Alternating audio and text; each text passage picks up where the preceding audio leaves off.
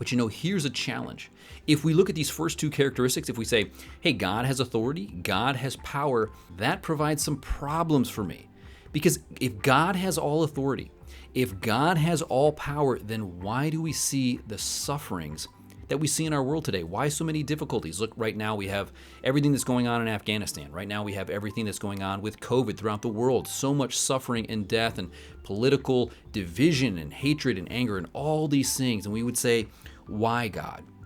Why, if you have authority, if you have power, are we seeing so much? But there's another thing here that says that God is the one who has wisdom, that God in his wisdom is using all things, even the good and the bad. In Romans 8, it says that he uses all things toward the good for those who love him. In Habakkuk 1:5, when the prophet Habakkuk was questioning God for some of these same things, why do we see so much suffering?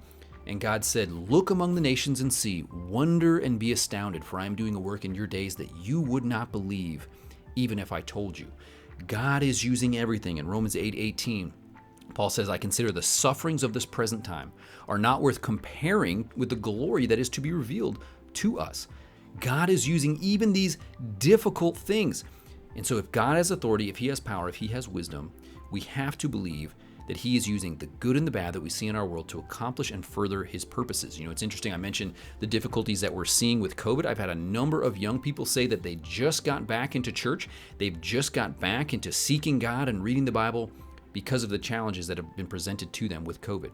COVID is a reminder that we are mortal, that we will all die, and perhaps God is even using that to cause people to turn to him, so that even if physically we may suffer, eternally we may be rejoined with him and experience eternal life. Well, this is Jason for Soulfire. Hope you enjoyed this video. I will catch you in the next one.